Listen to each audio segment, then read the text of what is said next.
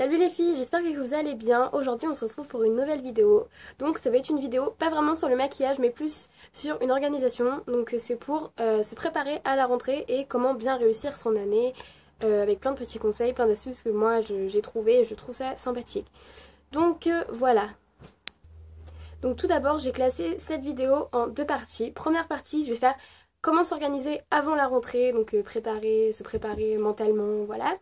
Et deuxième partie, c'est pendant la rentrée, comment se maintenir, enfin pendant l'année scolaire, comment maintenir ses bonnes notes, comment bien travailler et voilà, réussir son année scolaire tout simplement. Donc on commence tout de suite avec la première partie qui est se préparer avant la rentrée. Donc j'ai fait j'ai fait une liste. Donc pour moi, pour déjà partir sur de bonnes bases, il faut faire du rangement dans sa chambre. Il faut prévoir des placards, des étagères pour ranger ses affaires. Pour quand on arrive une fois dans sa chambre, une fois qu'on a fini ses cours, qu'on en est fatigué, qu'on n'a pas vraiment envie de travailler, on voit sa chambre rangée, on voit que tout est bien rangé, tout est bien organisé, tout est bien classé en fonction des matières ou je sais pas comment vous vous organisez. On voit que c'est propre, on voit que c'est clair. Ça donne envie de travailler, que si tous les cahiers sont n'importe où dans la chambre, ils sont un peu éparpillés partout, on retrouve pas vraiment ses cahiers ou ses livres, ses affaires, ça donne pas vraiment envie de travailler, ça fait un peu fouillis et voilà. C'est mieux de bien ranger, de prévoir des placards exprès. Souvent des grands placards c'est mieux parce qu'une année, voilà, il y a beaucoup de livres, il y a beaucoup de cahiers, beaucoup de feuilles, voilà. Donc c'est bien de préparer à l'avance ces placards parce que ça donne envie de travailler une fois qu'on arrive à la maison.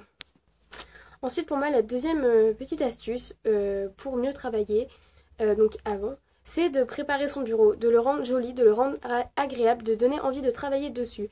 Parce que je sais qu'il y a beaucoup de personnes qui font pas forcément leurs devoirs, leurs cours sur leur bureau, ils le font dans leur lit, par terre, enfin parce que moi je l'ai fait et enfin c'est pas forcément la meilleure manière de faire ses devoirs. Pour moi c'est quand même sur un bureau, on est plat, on est tranquille, on a un support, c'est mieux, c'est mais pour avoir envie de travailler sur son bureau, il faut qu'il soit joli, il faut qu'il soit agréable, il faut qu'il y ait de la place, mais il faut pas qu'il soit vide non plus. Donc je sais pas moi, faites des petits décors, prenez des plantes, prenez des photos, mettez des cadres photos sur vos bureaux. Il faut qu'ils vous donnent envie de travailler dessus. Donc mettez des objets que vous aimez bien, des photos, des dessins, des souvenirs, des petites statues, je sais pas, n'importe quoi. Mais il faut qu'ils soient agréables à regarder, donc ils vous donnent envie de travailler dessus. Et ensuite, dernière petite astuce que j'ai trouvée pour se préparer avant la rentrée, c'est donc de choisir ses fournitures. Je sais qu'il y en a beaucoup, c'est les parents qui choisissent les fournitures, donc vous n'avez pas vraiment le choix. Essayez quand même de donner une liste à vos parents ou de leur dire ce que vous préférez. Après, s'il y en a qui peuvent pas, voilà, je sais qu'on peut pas faire autrement, donc il faut faire avec. Mais pour celles qui vont choisir les fournitures avec leurs parents, je vous conseille de choisir des cahiers qui vous plaisent. Alors, pas forcément avec des dessins ou n'importe quoi, il faut que ça soit quand même sobre. Mais essayez de choisir par exemple des couleurs qui vous plaisent. Si vous prenez une couleur qui vous plaît, quand vous arrivez chez vous pour faire vos devoirs, vous ouvrez le cahier et vous dites oh j'aime bien cette couleur, c'est propre, j'aime bien, enfin ça va vous donner, même si ça paraît bizarre là à dire, ça fait un peu gamin, mais je vous assure que c'est vraiment une bonne astuce de choisir des cahiers ou des livres, des trousses, des crayons qui vous plaisent, que vous aimez écrire avec, que vous trouvez jolis à regarder. Enfin, c'est peut-être débile à dire comme ça, mais pour moi et pour d'autres, ça peut marcher. Donc c'est tout pour se préparer avant la rentrée. Donc il y a plein de petites astuces, mais moi je vous ai vraiment donné les principales, la base. Si aussi vous avez du mal, vous avez mal travaillé l'année dernière comme moi, ça déjà si vous faites ça c'est très bien, c'est vraiment un bon départ et faut pas non plus en faire des tonnes. Parce que si vous donnez trop d'objectifs, vous allez tout oublier, vous allez tout vous mélanger et ça va être trop dur pour vous. Alors si vous êtes comme moi, si vous n'avez pas forcément bien travaillé l'année dernière, ou si vous avez des petites lacunes, ou si vous n'êtes pas vraiment un bon élève, commencez déjà par ça, c'est déjà bien et c'est déjà pas mal. Ensuite, on passe à la catégorie pendant la rentrée. Alors, pendant la rentrée, ce qu'il faut vous faire, donc comme je disais avant, il ne faut pas se mettre trop d'objectifs, mais il faut quand même s'en mettre un peu de temps en temps, pas non plus tout le temps et pas énorme. Il faut qu'il soit en fonction de votre niveau. Si vous n'êtes pas un super élève, par exemple, votre moyenne tourne aux environs de 10, 11, enfin 9, 10, 11, on va dire, on va prendre cet exemple-là. Fixez-vous des objectifs. Alors, c'est sûr qu'en début d'année, vous n'aurez pas forcément des gros contrôles ou vraiment des cours à réviser, ça sera plus des révisions de l'année dernière ou alors ça sera des petits contrôles et là vous aurez facilement des bonnes notes. Mais au cours de l'année, les contrôles et les cours vont devenir de plus en plus difficiles. Donc pour rester dans la ligne, pour continuer à avoir de bonnes notes, il faut se fixer des objectifs. Si vous n'arrivez pas à travailler, fixez-vous des objectifs.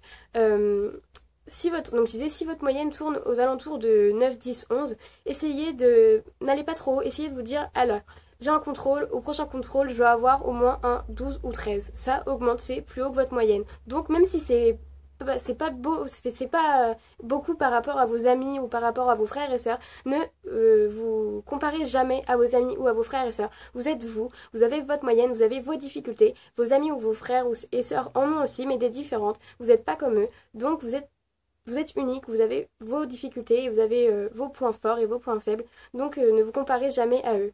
Donc fixez-vous des objectifs, même si ça peut paraître pas beaucoup au début, vous allez voir que au fur et à mesure, vous allez augmenter, augmenter, augmenter, et vous allez voir qu'à la fin, vous allez avoir des super bonnes notes. Et vous allez voir que ça va vous encourager dans la suite. Si vous atteignez vos objectifs, si vous arrivez à avoir le 12 ou le 13 que vous vous étiez donné, vous allez voir qu'au suivant, vous allez vous dire je vais avoir un 14 et vous allez avoir un 14 et vous allez y arriver. Vous allez sentir que vous y arrivez et que vous tenez votre objectif, ça va vous encourager et c'est bon pour avoir de bonnes notes.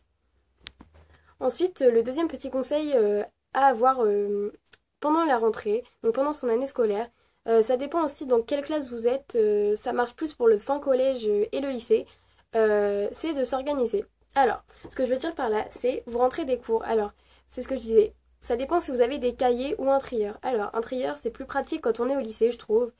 Et quand on est au collège, c'est quand même mieux des cahiers, surtout que les professeurs demandent des cahiers par rapport au trieur. Mais enfin bref, quand vous êtes au lycée, vous avez le droit de choisir entre des cahiers et un trieur. Alors moi, je rentre en première.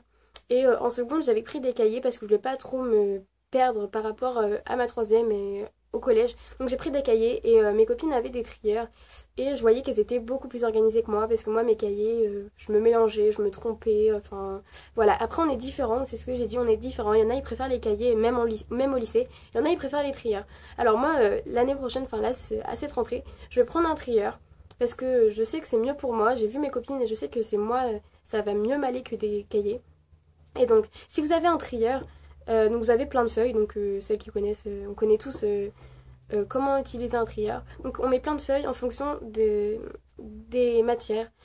Mais une fois, enfin, plus ça va et plus le trieur grossit parce qu'on met de plus en plus de feuilles. Alors ce que je vous conseille de faire, c'est qu'une fois que vos chapitres sont terminés dans toutes vos matières, vous enlevez vos feuilles de votre trieur et vous mettez ça dans un classeur qui reste à la maison. Et dessus, vous marquez la matière que c'est.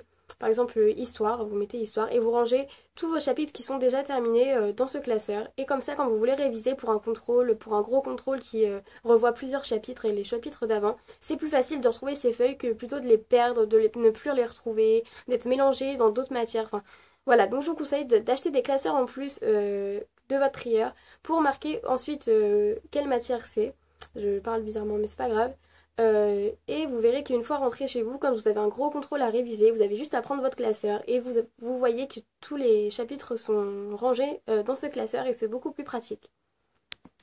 Et ensuite, dernier petit conseil que je peux vous donner. Alors, on a tous une manière différente de revoir nos cours, de réviser nos cours. Alors, ce que je veux dire par là, c'est que y en a, ils seront plus visuels et il y en a, ils seront plus auditifs. Alors, je vais vous expliquer, il y a plusieurs façons de réviser ou de retenir les cours.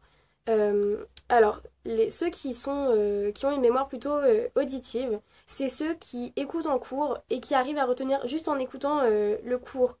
Pas besoin d'écrire, il y en a, ils vont pas avoir besoin d'écrire tout le cours, il y en a, ils vont écrire juste les mots importants, les phrases importantes, et s'ils écoutent bien en cours, ils ont retenu presque tout le cours, ils ont retenu tout le cours. Ça, c'est les personnes qui ont une mémoire auditive. Et donc, quand ils rentrent chez eux, et bah, ils regardent leur feuille où il y a juste des petits mots ou des petites expressions ou vraiment le nécessaire, et ils retiennent ce qu'ils ont entendu en cours, pas besoin d'avoir tout décrit. Ça, c'est quelqu'un qui a une mémoire auditive. Donc, ça change par rapport aux révisions, c'est pas il n'aura pas besoin d'apprendre des phrases par cœur, par cœur, par cœur. Ça sera plus une mémoire auditive, donc ça sera pas non plus du cours écrit. Ensuite, la deuxième personne, celle qui a plus une mémoire visuelle, c'est celle qui écrit presque tout le cours, qui écoute, mais qui écrit surtout tout le cours, qui veut vraiment écrire pas que les petits mots, ou vraiment tout, même les détails, ils écrivent tout. Et quand ils rentrent chez eux, ils lisent. ils relisent leurs cours et une fois au contrôle, ils se souviennent de ce qu'ils ont vu. Donc c'est pour ça, il y a différentes méthodes, donc il faut trouver la vôtre. Il faut que vous sachiez si vous êtes plus visuel ou auditif. Donc pour ça, il y a des entraînements, il y a des petits jeux, il faut que, à mon avis, vous alliez voir sur internet pour plus en savoir. Mais je trouve que c'est déjà plus clair dans notre tête quand on sait comment réviser. Donc voilà, c'est fini pour aujourd'hui, cette vidéo est terminée. Donc je sais qu'on est encore en vacances, que c'est le début des vacances, mais il est jamais trop tôt pour se préparer à la rentrée, surtout si vous voulez vraiment partir sur de bonnes bases. Vaut mieux se préparer assez tôt et s'il y en a qui partent en vacances, je sais qu'ils préparent leur rentrée assez tôt, leur fourniture, donc voilà tout ce que j'ai résumé dans cette vidéo. Donc même si on est encore en vacances et ça pourrait un peu nos vacances de parler déjà de la rentrée, c'est déjà bien de se préparer à l'avance. Donc voilà, je vous fais à tous de gros bisous, on se retrouve très vite pour une prochaine vidéo. Ciao!